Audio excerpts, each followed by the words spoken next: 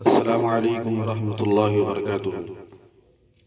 अल्हम्दुलिल्लाह, आज 15वीं तरावी मुकम्मल हुई। आज का बयान 18वें पारा के निस्फ से 19वें पारा के शुरू तक है। अल्लाह तबारक व तआला ने पहले मोमिनों को खिताब करके कहा कि तुम शैतान के नक्शे कदम पर मत चलो। जो शैतान के नक्शे कदम पे चलेगा, जो शैतान की इत्तिबा करेगा, वो बेहयाई में मुब्तला हो जाएगा और शैतान उसको गुमराह कर देगा।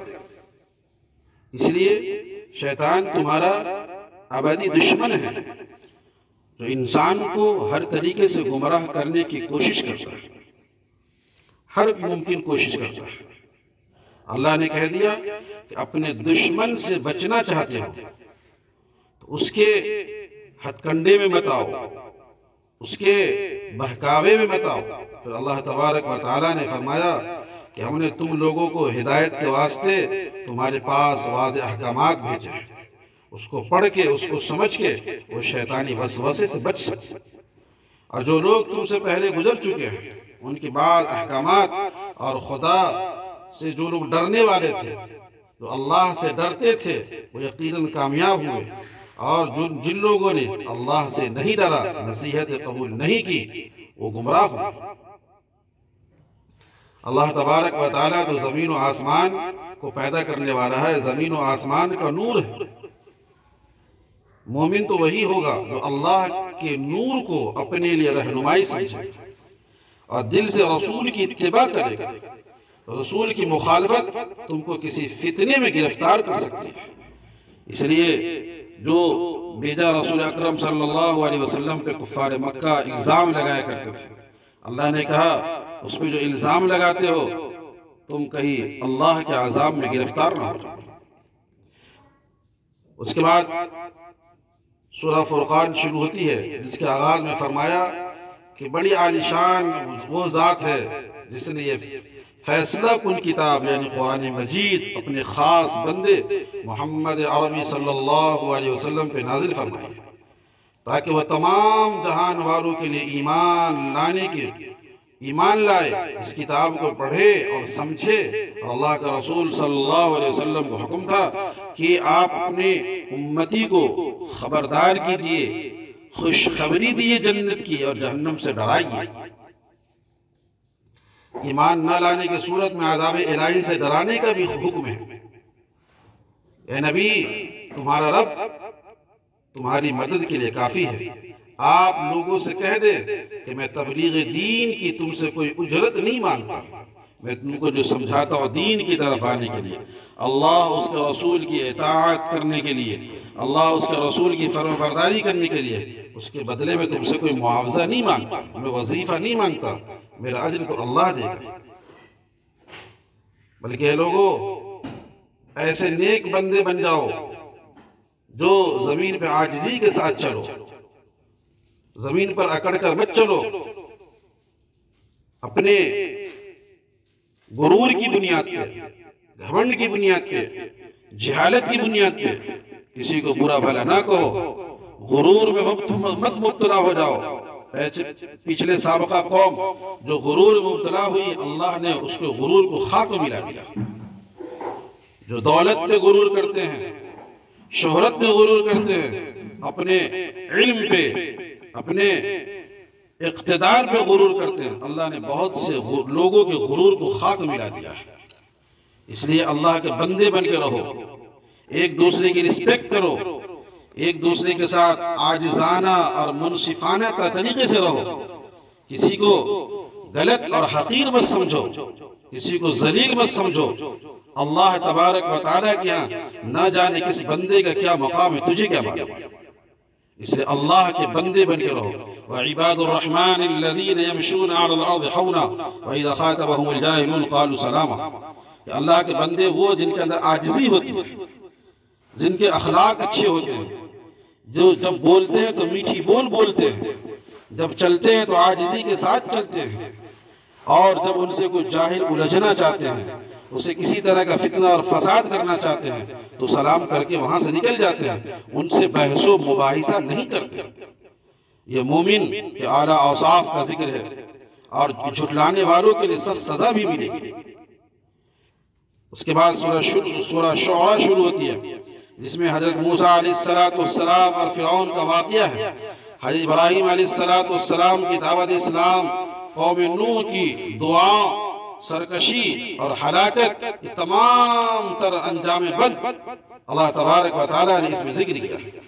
उसके बाद अल्लाह ताला ने हज़रत मूसा अलैहिस्सलाम और दीगर अंबिया मसलन हज़रत इब्राहीम अलैहिस्सलाम, हज़रत नूह, हज़रत हूद, हज़रत सालेह, हज़रत लूत, हज़रत शुएब, तकरीबन 6 वाक़या जिक्र किए हैं, क्योंकि हर वाक़ये में रहनुमाई है, हिदायत है उन लोगों के लिए जो नसीहत कबूल करते हैं।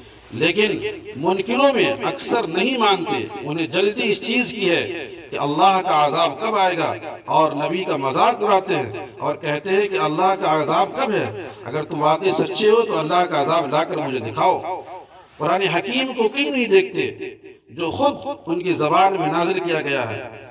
एक खिताब है, ए नबी सल्लल्लाहु अलैहि वसल्लम, उनके साथी ऐसे ही नजर आते हैं जैसे शायर और उनके साथी होते हैं, यानी वो लोग इस तरीके से अल्लाह के रसूल सल्लल्लाहु अलैहि वसल्लम समझते थे जैसे आम लोगों को समझते हैं। अल्लाह तबारक व तआला ने कहा, मेरी नबी की तकरीम किया करो, उनके साथ इज्जत से पेश आया करो, अदब से नाम लिया करो। पर सूरह हुजरात में है कि कहीं बदज़बानी करने से अल्लाह तबारक व तआला तुम्हारे आमाल को ज़ाय न कर दे। इसलिए अल्लाह तबारक व तआला ने बिलखुसूस 19वें पारे में बहुत सारे अंबिया किराम के वाक़यात जिक्र किए हैं, बहुत सारे कौमों का जिक्र है। मकसद ये कि जिन कौमों ने, जिन लोगों ने अल्लाह की नाफरमानी की, अल्लाह तबारक व तआला उन्हें अज़ाब में गिरफ्तार कर दिया, और हमेशा के लिए अल्लाह ताला ने उन्हें इबरतनाक सज़ा ऐसी दी कि हमेशा के लिए मिट गए, खत्म हो गए, कोई नामो निशा खत्म हो गया। ये वो लोग थे जो अपने जमाने के बड़े ताकतवर और बहुत ही जबरदस्त कुव्वत के मालिक थे, जिनके पास इख्तिदार था, कुव्वत थी, सलाहियत थी, जिनके पास हुस्न था। अल्लाह ने सब कुछ दिया था, लेकिन अल्लाह की जब नहीं माने, अल्लाह का अजाब आया, दुनिया से खत्म कर दिया गया। उसका सूरह नमल का आगाज होता है। नमल आज एक रुकू तिलावत की गई है, उसमें नमल के असल माने आते चूटी के। उसमें सुलेमान अलैहिस्सलाम का जिक्र है कि हज़रत सुलेमान अलैहिस्सलाम एक मरतबा रास्ते से गुजर रहे थे, चूटियों की टोली ने कहा, भागो, सुलेमान का लश्कर आ रहा है, कहीं वो मुझे कुचल न डाले। उसमें सुलेमान अलैहिस्सलाम मुस्कुराए, फतबस्सम ज़ाहिकन मिन क़ौलिहा व क़ाल रब्बि औज़िअनी अन अश्कुर निअमतक अल्लती। उन्होंने अल्लाह का शुक्र अदा किया कि रब्बे करीम तेरा शुक्र है कि तूने मुझे चूटी जैसी की आवाज़ को समझने की और उसको सुनने के बाद समझने की मुझे सलाहियत दी। अल्लाह का शुक्र अदा कर। पूरी सूरत में कुरान करीम की कुरान का एक बड़ा पैगाम है, खुशखबरी अहले ईमान के लिए और डराया गया उन लोगों को लिए जो अल्लाह तबारक व तआला को नहीं मानते और अल्लाह तबारक व तआला के अंबिया को, उनको पैगंबरों का इनकार करते हैं, उनको झुठलाते हैं। बिलाशुबह कुरान मजीद एक हकीम और अलीम हस्ती की तरफ से नाजिल किया गया। व इन्नका लतुलक़्क़ल क़ुरआन मिन लदुन हकीमिन अलीम।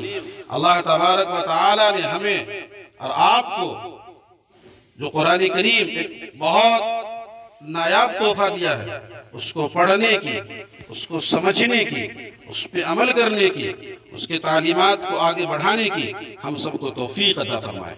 रमज़ान का ये महीना, मैंने इससे पहले कहा कि रमज़ान और कुरान एक दूसरे बड़ा गहरा ताल्लुक है। अल्लाह तबारक व तआला ने रमज़ानुल मुबारक में कुरान करीम को नाज़िल फरमा कर ये रमज़ान की अज़मत और बढ़ा दी है। लिहाजा कुरान करीम को पढ़ने की ज़रूरत है, उसको समझने और उस पर अमल करने की ज़रूरत है, और इसके तालीमात को, इनके अहकामात को दूसरों तक बताने और समझाने की ज़रूरत है। अल्लाह ने बहुत बड़ा, बहुत ही कीमती नायाब तोहफा हमें अता किया है। अगर याद रखिए, हम अल्लाह तबारक व तआला के इस कलाम इलाही को नहीं पढ़ेंगे, नहीं समझेंगे, इस पर अमल नहीं करेंगे, तो अल्लाह का रसूल सल्लल्लाहु अलैहि वसल्लम कल अल्लाह की अदालत में खड़े होकर शिकायत करेंगे, वक़ाल रसूल या कौम इत्तख़ज़ू हाज़ल क़ुरआन महजूरा। कि अल्लाह तबारक व तआला, यही मेरी उम्मत है, यही मेरी कौम है जिसने कुरान को बाला ताक रख दिया, जिसने कुरान करीम को नहीं पढ़ा, न समझा, न उस उस पर अमल किया तो याद रहे कि उस दिन हमारे पास कोई जवाब नहीं होगा। इसलिए क़बल ये है कि कुरान करीम को पढ़ा जाए, समझा जाए, उस पर अमल किया जाए ताकि हमारी ज़िंदगी के अंदर एक इनक़लाब पैदा हो। अल्लाह ताला से दुआ कि रब्बे करीम हम सबको कहने सुनने ज़्यादा मज़ीद अमल करने की तौफ़ीक़ अता फ़रमाए। आमीन। अस्सलामु अलैकुम व रहमतुल्लाह।